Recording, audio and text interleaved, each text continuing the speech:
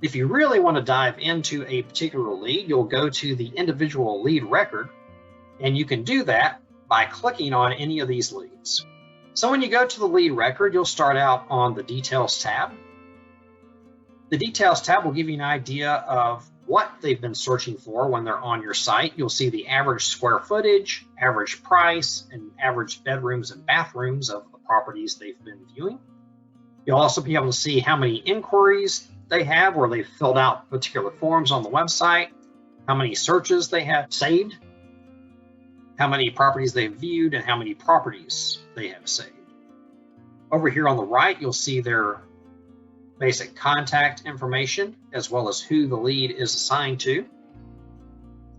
Here in the recent activity section, you'll be able to see anything that your clients have done recently as far as saving searches, saving properties. You'll notice that in the saved search, it does give you some stats on what that saved search was about. There is a place here to add a note in the system, so you do have the ability to add notes in the dashboard.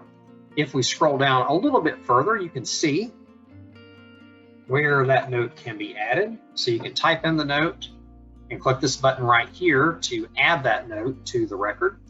You do have the ability to attach files with your note. So if you have a particular document that you want to keep associated with this lead and have easy access to it to look at, you can do that here as well. The Inquiries tab of the lead will show you any of those inquiry forms that they filled out. Here on the Properties tab, you can see any properties that they have either saved or viewed as they were using the website.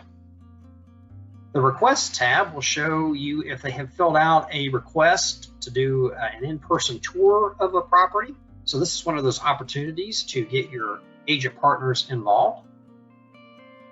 The Searches tab will show you if they have saved any searches, and if they have, you'll see the name of their search and the basic criteria that they put in.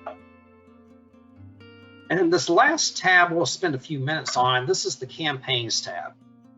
And so when we talk about campaigns, we're talking about email campaigns. And so you have some email campaigns that you can set your clients up on so that they receive periodic emails from you. The two key campaigns that you can set up for them are the Market Value campaign and the Home Value campaign. So the Market Value campaign is a report talking about market conditions in a particular city. You can do zip codes as well. You can have more than one report for a particular client. So you can see in this case, there are actually two market value reports set up. There's a weekly report for Acworth, Georgia, and a monthly report for Marietta, Georgia. The other type of report that you can do is a home value report. And so that's where they're getting an email that keeps them abreast of the value of their home and how that value is changing over time. We can see here, we have a home value report set up for this address, and that's going out weekly. Now, if this were an actual person with a real email address, we'd be able to see how many emails have been delivered and how many of those emails have been opened.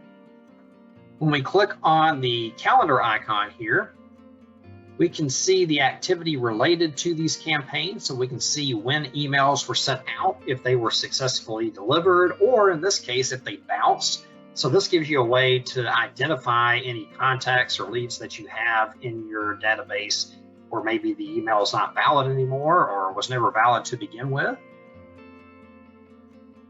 The other thing you might wonder is, what do the reports actually look like when people get the email and they click on the link? You can actually see those reports by clicking on this eyeball icon for any of these reports. So if you want to see this weekly home value report that's getting sent out, you can click on the eyeball icon and it'll pull up the report and show what it looks like when they click on the link in the email.